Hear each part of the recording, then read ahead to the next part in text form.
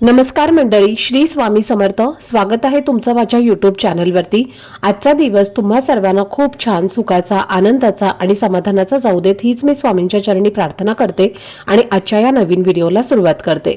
पण त्या अगोदर तुम्ही माझ्या चॅनलवरती जर नवीन असाल तर चॅनलला पण लगेच सबस्क्राईब करा आणि कमेंटमध्ये श्री स्वामी समर्थ लिहायला अजिबात विसरू नका. आज 1 फेब्रुवारी वार आहे रविवार आणि आज आलेली आहे माघ पौर्णिमा.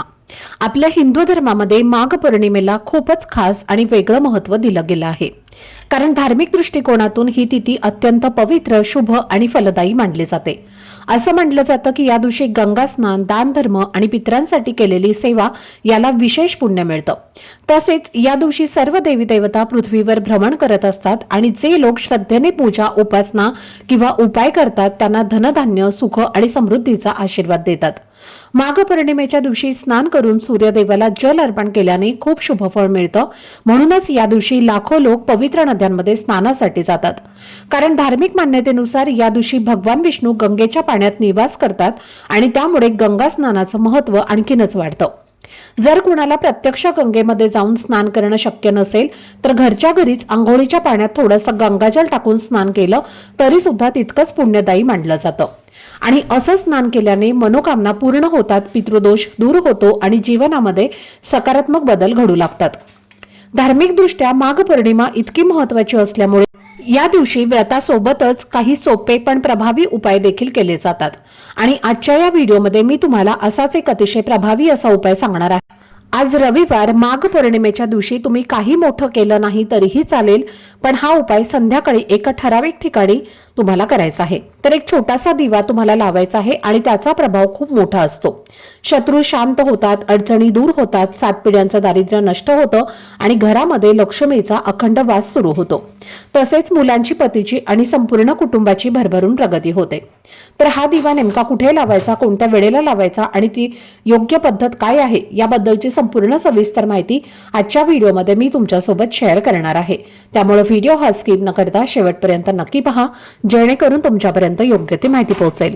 आणि तुम्ही माझ्या चॅनलवरती जर नवीन असाल तर चॅनलला पण लगेच सबस्क्राईब करा आणि बेल आयकनला पण प्रेस करा, म्हणजे मी जेव्हा कधीही नवीन व्हिडिओज अपलोड करेन त्याचं नोटिफिकेशन सर्वात आधी तुम्हाला मिळेल आणि तुमचा एकही व्हिडिओ हा मिस होणार नाही. तसेच खाली असलेल्या हाय बटनवर सुद्धा क्लिक करा. तर आजच्या या व्हिडिओमध्ये तुम्हाला मी जो उपाय सांगणार आहे तर हा उपाय आपल्याला आज रविवारी माघ पौर्णिमेच्या दिवशी करायचा आहे. आणि हा उपाय विशेषतः संध्याकाळच्या वेळी तुम्हाला करायचा आहे. म्हणजे साधारण 6 वाजल्यापासून ते रात्री 9:30 ते 10 वाजेपर्यंत तुम्ही हा उपाय कधीही करू शकता. पण शक्य असेल तर 6 ते 9:30 या वेळेमध्ये करण्याचा जास्तीत जास्त प्रयत्न करा. कारण ही संध्याकाळची वेळ असते, तिन्ही सांजेची वेळ मानली जाते आणि याच वेळेला आपल्या घरामध्ये लक्ष्मीचा प्रवेश होत असतो. म्हणूनच आपण रोज संध्याकाळी देवघरामध्ये दिवा लावत असतो आणि याच कारणासाठी हा उपाय याच वेळेत करायचा आहे.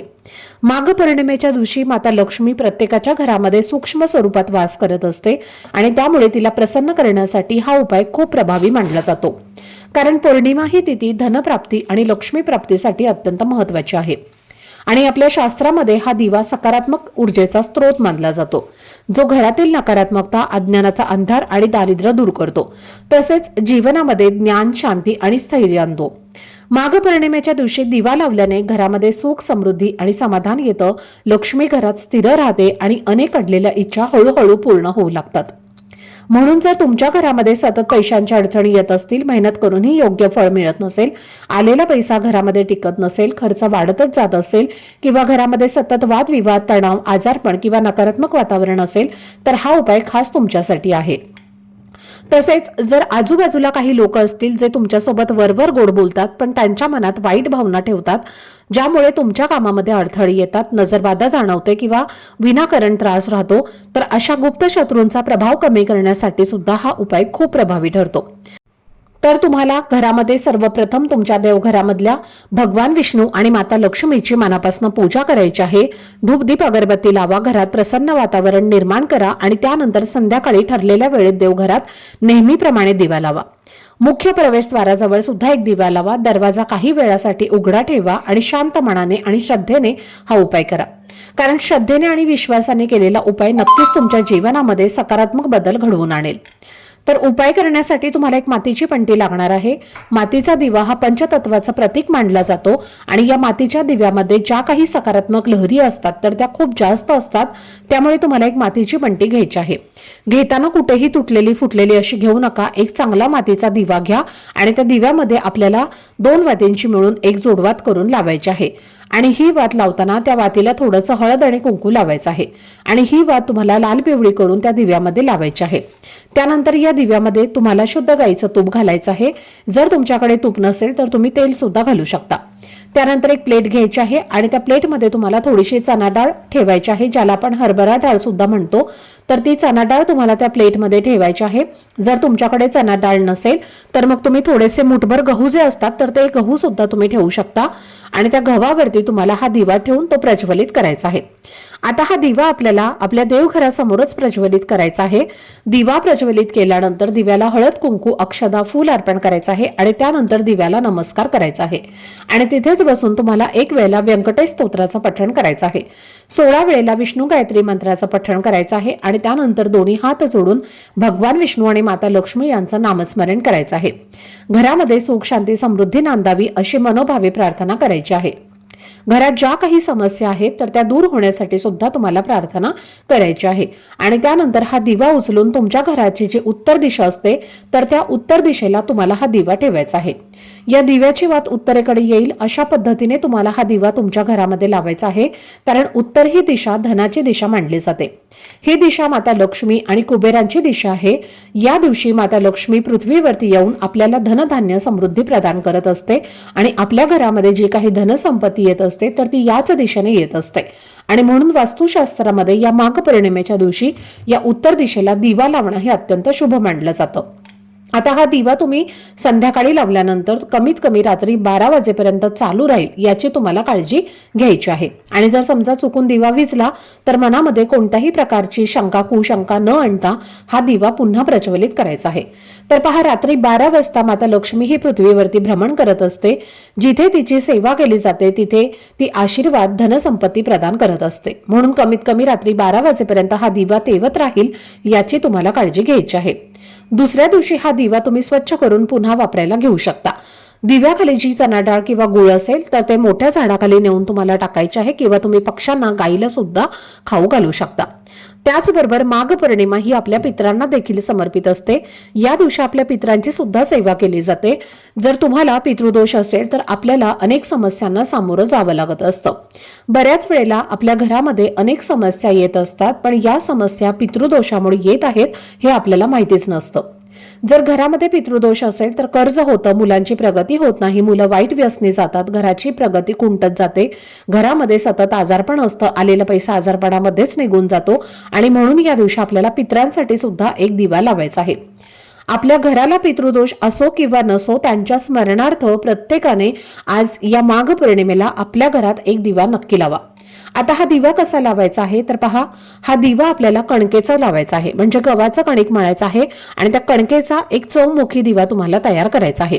या दिव्यामध्ये तुम्हाला तेल घालायचं आहे। मोहरीचं तेल असेल तर ते घाला, नसेल तर साधं तेल घातलं तरीही चालेल आणि 4 दिशेला 4 वाती येतील अशा पद्धतीने या वाती दिव्यामध्ये घालायच्या आहेत आणि थोडेसे तांदूळ एका प्लेटमध्ये ठेवायचे आहेत आणि त्यावरती तुम्हाला हा दिवा ठेवून प्रज्वलित करायचा आहे आणि हा दिवा तुम्हाला तुमच्या बाल्कनीमध्ये लावायचा आहे किंवा तुमच्या घरात तुम्ही हा दिवा लावला तरीही चालेल।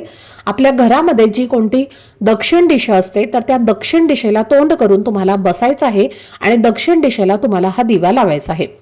दिवा लावल्यानंतर तुम्हाला तुमच्या पितरांचं स्मरण करायचं आहे। पितरांचं नाव माहिती नसेल तर ओम पितृदेवताय नमः असं तुम्हाला म्हणायचं आहे आणि एक वेळेला पितृस्तोत्राचं पठण करायचं आहे किंवा पितृकवच जे आहे तर त्याचं पठण तुम्हाला करायचं आहे आणि या दोन्ही सेवा आपल्याला स्वामींच्या नित्य सेवेमध्ये दिलेल्या आहेत किंवा तुम्ही गुगलवरती सर्च केलं तरी सुद्धा तुम्हाला पितृस्तोत्र किंवा पितृकवच जे आहे तर ते तुम्हाला मिळून जाईल। तर याचं तुम्हाला पठण करायचं आहे। त्यामुळे काय होतं की आपले पित्र जे असतात ते आपल्यावरती खूप प्रसन्न होतात आणि आपल्या जीवनामध्ये आनंदाचं वातावरण तयार होत असतं। आता हा दिवा लावून ही सेवा करून झाली की दोन्ही हात जोडून तुम्हाला त्यांचं नामस्मरण करायचं आहे, त्यांची नावं घ्यायची आहेत किंवा सांगितल्याप्रमाणे ओम पितृदेवताय नमः असं तुम्हाला म्हणायचं आहे आणि त्यांची माफी मागायची आहे। काही चुकलं असेल तर आम्हाला माफ करा आणि तुमचे आशीर्वाद आमच्यावरती कायम राहू द्या आम्ही तुमची मनापासून आठवण काढत आहोत आणि असं तुम्हाला मनोभावे प्रार्थना करून सांगायचं आहे. आणि संध्याकाळी हा दिवा तुम्हाला तिथे लावायचा आहे. हा दिवा तुम्ही संध्याकाळी 6 नंतर रात्री 12 वाजेपर्यंत कधीही लावू शकता, पण संध्याकाळी 6 ते 9:30 किंवा 10 या काळामध्ये तुम्ही हा दिवा लावण्याचा जास्तीत जास्त प्रयत्न करा. तर हे 2 दिवे तुम्हाला आज माघ पौर्णिमेला संध्याकाळी आपल्या घरामध्ये लावायचे आहेत. तुम्ही फक्त माघ पौर्णिमेला असे दिवे लावून मी जी सेवा तुम्हाला सांगितलेली आहे, जर तुम्ही ही सेवा केली तर माघ पौर्णिमेचं संपूर्ण शुभफळ हे तुम्हाला प्राप्त होईल.